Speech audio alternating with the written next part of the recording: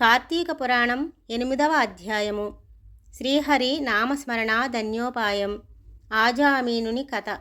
వశిష్ఠుడు చెప్పినదంతా విని, మహానుభావ, తమరు చెప్పిన ధర్మములన్నిటినీ శ్రద్ధగా వింటిని. అందు ధర్మము బహుసూక్ష్మమనియు పుణ్యం సులభంగా కలుగుననియు అది నదీ స్నానము, దీపదానము, ఫలదానము, అన్నదానము, వస్త్రదానము వలన కలుగుననియు చెప్పితిరి.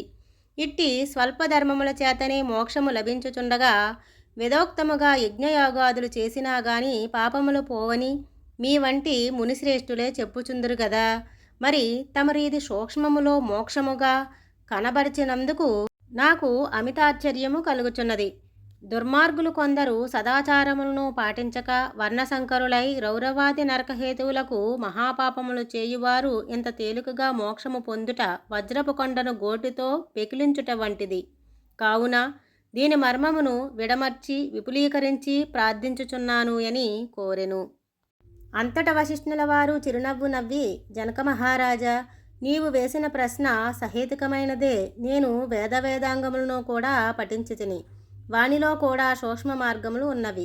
అవి ఏమనగా సాత్విక, రాజస, తామసములు అని ధర్మములు 3 రకములు. సాత్వికమనగా దేశకాల పాత్రలు 3ను సమకూడిన సమయమును సత్వమను గుణము జనించి ఫలమంతయును పరమేశ్వరార్పితము కావించి మనోవాక్కాయ కర్మలచే నొనర్చిన ధర్మము. ఆ ధర్మమందు ఎంతటా ఆధిక్యత కలదు. సాత్విక ధర్మము సమస్త పాపములను నాశనమెనర్చి పవిత్రులను చేసి దేవలోక భూలోక సుఖములు చేకూర్చును.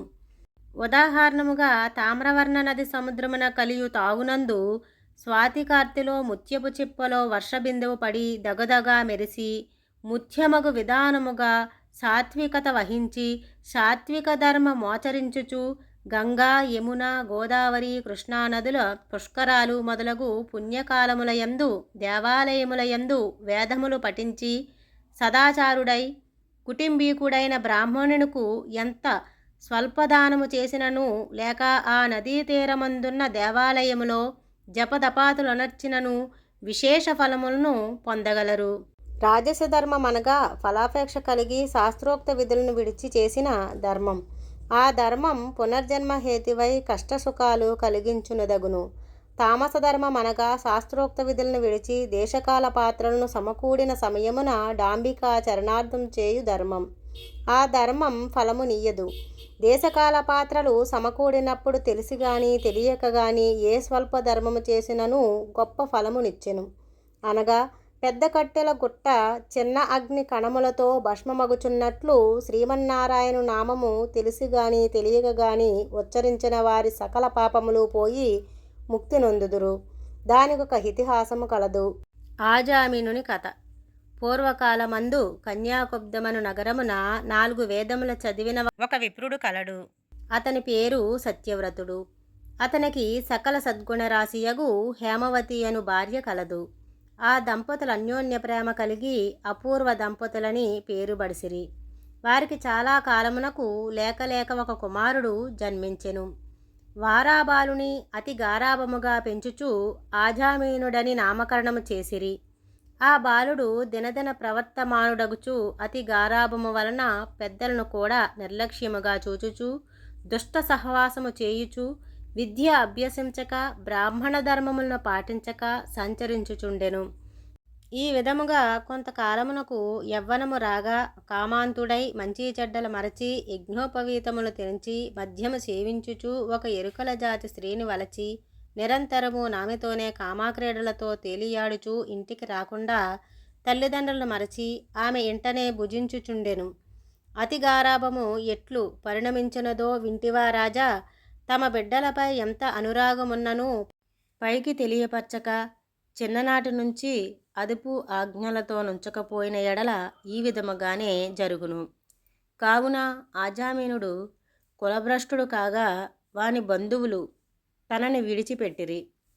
అందుకు ఆజామీనుడు రెచ్చిపోయి వేట వలన పక్షులను జంతువులను చంపుతూ కిరాత వృత్తిలో జీవించుచుండెను. ఒక రోజున ఆ 2 ప్రేమికులు అడవిలో వేటాడుతూ ఫలములు కోయిచుండగా ఆ స్త్రీ తేనె పట్టుకై చిర్రెక్కి తేనె పట్టు తీయబోగా కొమ్మ విరిగి కింద పడి చనిపోయెను. ఆజామీనుడు ఆ స్త్రీపై బడి కొంతసేపు ఏడ్చి తరువాత ఆ అడవి యందే ఆమెను దహనము చేసి ఇంటికి వచ్చెను. ఆ ఎరుకుల దానికి అంతకు ముందే ఒక కుమార్తె ఉండెను. కొంతకాలమునకు ఆ బాలికకు యుక్త వయసు రాగా కామాంధకారముచే కన్ను మిన్నుగానక ఆజామేనుడు ఆ బాలికను కూడా చేపట్టి ఆమెతో కూడా కామక్రీడాలతో తేలియాడుచుండెను. వారికి 2 కొడుకులు కూడా కలిగిరి. 2 పురిటిలోనే చనిపోయారు. మరుల ఆమె గర్భము ధరించి ఒక కుమారుని కనెను. వారిద్దరూ ఆ బాలునికి నారాయణ అని పేరు పెట్టి పిలుచుచు ఒక్క క్షణమైనను ఆ బాలుని విడవక ఎక్కడకు వెళ్ళినా వెంటబెట్టుకుని వెళ్ళుచు నారాయణ నారాయణ అని ప్రేమతో సాకుచుండిరి. కానీ నారాయణ అని స్మరించిన ఎడల తన పాపములు నశించి మోక్షము పొందవచ్చునని మాత్రమతనికి తెలియకుండెను. ఇట్లు కొంతకాలము జరిగిన తర్వాత ఆజామీనునకు శరీర పటుత్వము తగ్గి రోగగ్రస్తుడై మంచము పట్టి చావునకు సిద్ధపడియుండెను. ఒకనాడు భయంకరాకారములతో పాసాది ఆయుధములతో యమభటులు ప్రత్యక్షమైరి.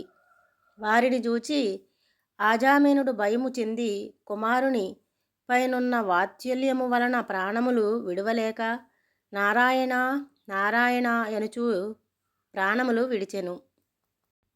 అజామీనుని నోట నారాయణ ఎను శబ్దము వినబడగానే యమభటులు గడగడ వణకసాగిరి. అదే వేళకు దివ్యమంగళకారులు శంఖచక్ర గదాధరులు యగు శ్రీమన్నారాయణుని దూతలు విమానములో నచ్చటికి వచ్చి, ఓ యమభటులారా, వీడు మావాడు, మేము వీనిని వైకుంఠమునకు తీసుకొని పోవుటకు వచ్చితిమి అని చెప్పి ఆజామీనుని విమానమెక్కించి తీసుకొని పోవుచుండగా యమదూతలు, అయ్యా మీరెవరు? వీడు అతి దుర్మార్గుడు, వీనిని నరకమునకు తీసుకొని పోవుటకు మేమిచ్చటికి వచ్చితిమి, కావున వానిని మాకు వదులుడని కోరగా విష్ణుదూతలు ఇట్లు చెప్పచుండిరి. ఇట్లు స్కాందపురాణాంతర్గత వశిష్ఠ ప్రోక్త కార్తీక మహత్య మండలి 8వ అధ్యాయము సమాప్తము. సర్వం శ్రీకృష్ణార్పణమస్తు. సర్వే జనా సుఖినో భవంతు.